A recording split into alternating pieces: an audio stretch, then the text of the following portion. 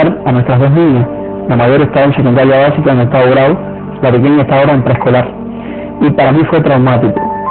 No sé cómo pude hacer fuerzas para permanecer todo el tiempo allí. Y un curso en el que se debía haber hablado en ese inicio escolar, precisamente de la educación y de todo lo demás, se convirtió en un acto político, donde le hablaron a aquellos niños que no sabían de lo que le estaban hablando, de los 5 espías que ellos llaman héroes, y de Che Guevara, que para mí fue un terrorista, un asesino, y es el ejemplo que le quieren poner a nuestros hijos. Por lo tanto, Karen, yo me siento todavía muy triste. Yo aspiraba, de ser franco, que cuando mi primera niña entrase a la escuela ya en Cuba hubiese ocurrido un cambio. Tengo el dolor que ya esa niña mayor está en octavo grado.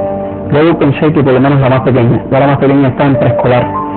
Y ahora sí que tengo la aspiración de que cuando pasen unos años ella por lo menos no tenga que sufrir toda esa ideologización.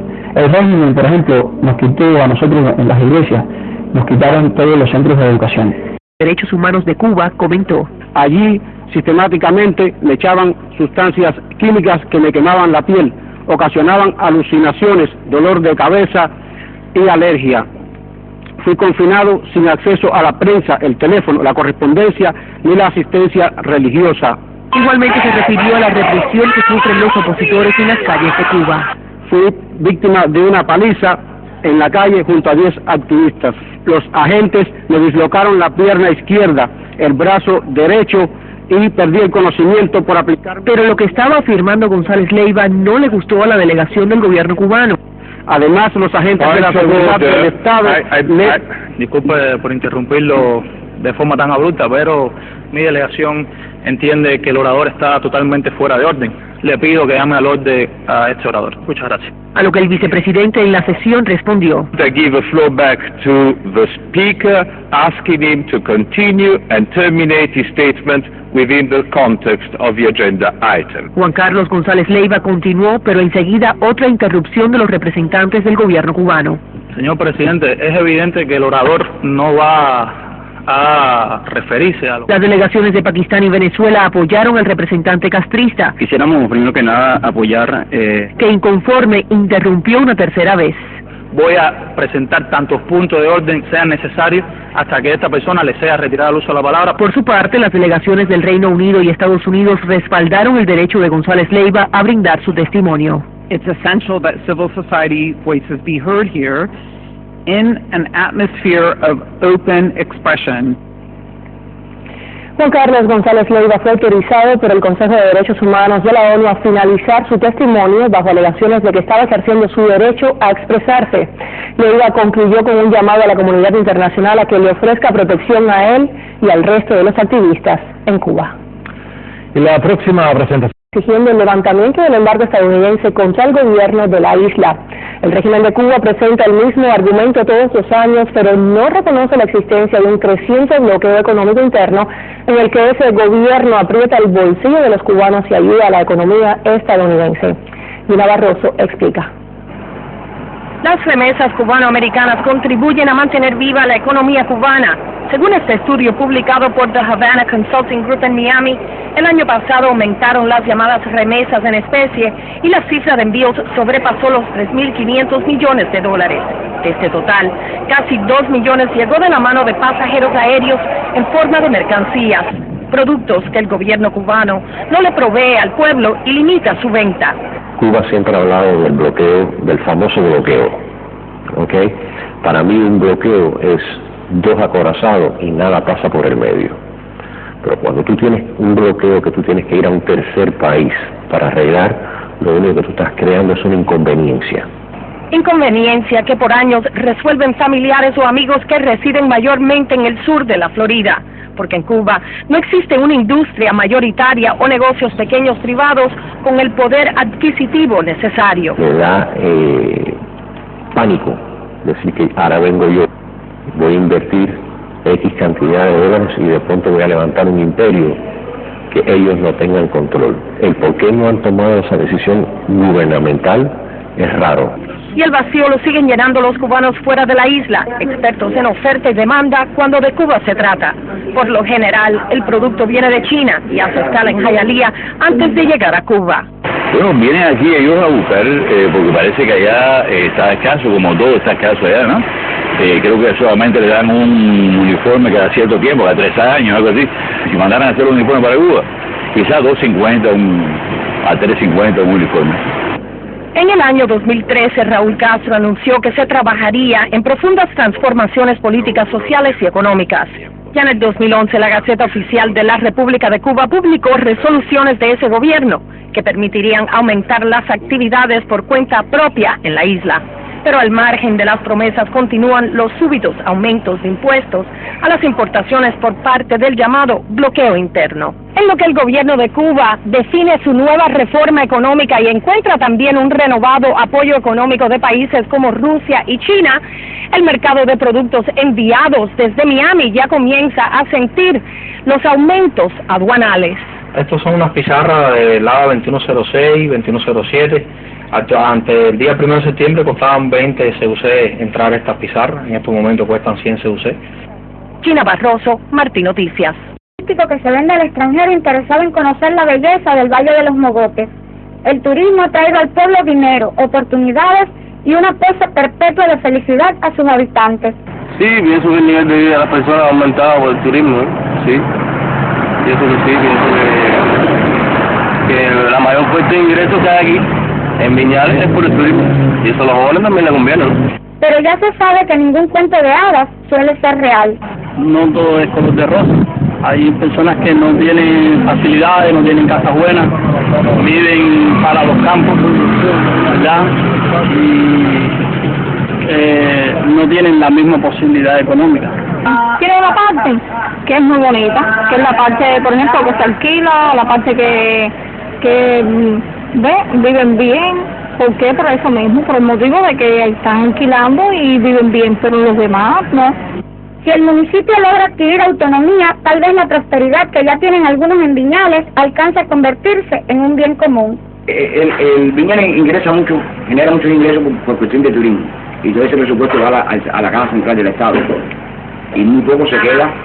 O sea, lo que sea, la municipalidad aboga, entre otras cosas, entre muchas cosas, en que 1% de esos ingresos que genera el municipio se queden en el territorio para esta misma problemática que te hablamos: mejoría del alumbrado público, mejoría del acceso vial, de las calles, de las aceras, en ese sentido. Reportaron desde Pinar del Río, Iraida Concepción Batista y Juaniel Rodríguez Matos. En Cuba. Nuestro colega Amado Gil aborda el tema a partir de las opiniones expresadas por ciudadanos que respondieron a preguntas de periodistas de la agencia independiente Palenque Visión. La pregunta fue una: ¿por qué los cubanos miran hacia los lados antes de responderle a un periodista que le hace cualquier pregunta en la calle? Tienen pena, porque tienen pena, no saben expresarse. No sé decir. Sí, porque la gente tiene miedo de decirte algo. O tú le preguntas, por ejemplo, dime algo, ¿qué te pareció el pan de la semana pasada? Un ejemplo hipotético, ¿no? Y la gente para responderte te evade. ¿Por qué? No sé, a lo mejor no quiere responder a esa persona o...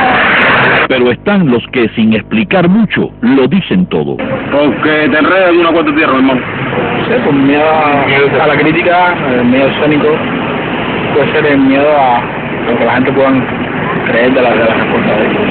¿Por qué tienen miedo? Decir la verdad. De hecho, dentro de la isla popularmente se habla del policía que los cubanos se llevan dentro. En dependencia de la pregunta que se haga. Porque, por ejemplo, puedes hacer una pregunta que no es conveniente, ¿me entiendes? Y puedes hacer una pregunta que es conveniente. Y en dependencia de la respuesta que dé... ¿Qué pregunta no puede ser conveniente, por ejemplo? No, hablar cosas que no se deben hablar. ¿Cuál, por ejemplo? Dime cuál, por ejemplo. No, son preguntas que realmente se pueden dar respuesta y no se pueden dar respuesta. Por ejemplo, de política, la gente de política no le gusta hablar porque son temas que realmente pueden comprometer tanto a uno como a otro. Y entonces es por eso que se dice que tenemos ese signo arriba. Amado Gil, Martín Noticias. En gran parte al ambiente desalentador en medio del cual tienen que realizar su trabajo en ese país, agobiados por la criminalidad, el exceso de trabajo y la falta de recursos. David de Mateos desde Caracas contactó en exclusiva a uno de estos profesionales de la medicina. A pesar de que son obligados a trabajar largas jornadas con un salario infravalorado y reciben amenazas de retaliaciones contra ellos o sus familiares si abandonan la misión médica, muchos de ellos llegan a Venezuela con un solo objetivo. Luego de mucha insistencia y arriesgando su vida, logramos contactar y entrevistar a un galeno cubano, quien protegiendo su integridad nos cuenta su dramática experiencia. El cubano no tiene muchas opciones, ¿no? Para salir del país. Eso en primera instancia. En segunda, que uno viene a Venezuela porque es la única manera primero de salir del país, como decía, y de construir o de conseguir un capital mucho mayor que el que se puede generar en el país, ¿no? Capital que se entienda para vivir dignamente, en condiciones dignas, ¿no? La situación económica es ciertamente difícil, para nadie es un secreto, ¿no?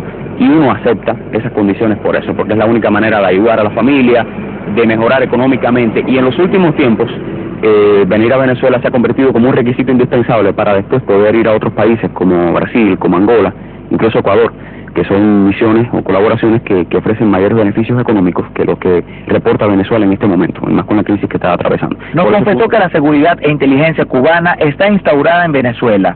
Ellos manejan la presión y amenazas constantes contra los profesionales que vienen a distintas misiones para evitar que escapen. No compartir información de ningún tipo con los venezolanos o con cualquier otra persona.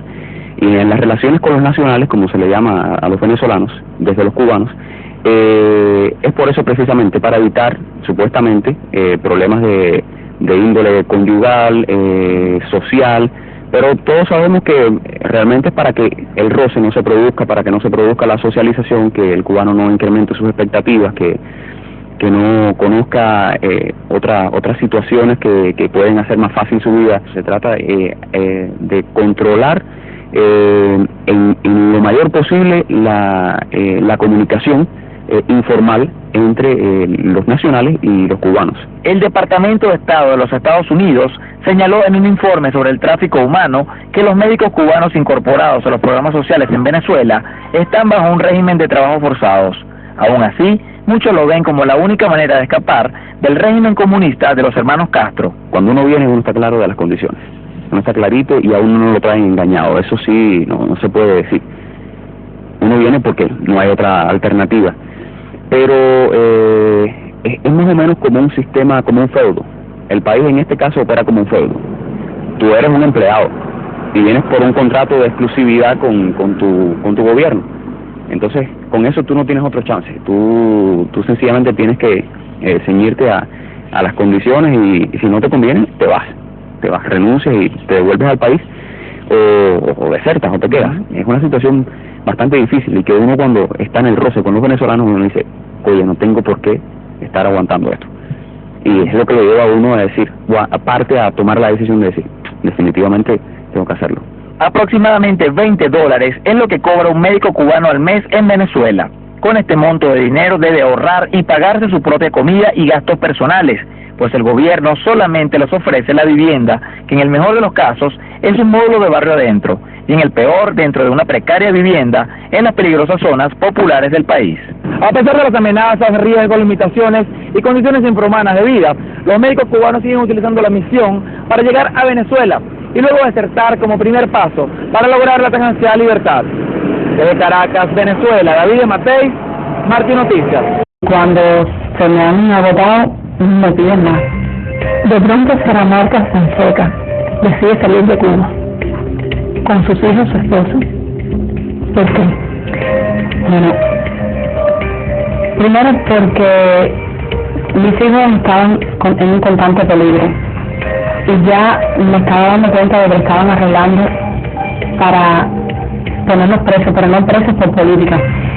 Las preocupaciones eran muy fuertes y el intento del régimen era ponerme preso por una causa común. Gracias a Dios mi hijo siempre, el mayor sobre todo, que era el más reprimido, pues el más reprimido no, el más provocado.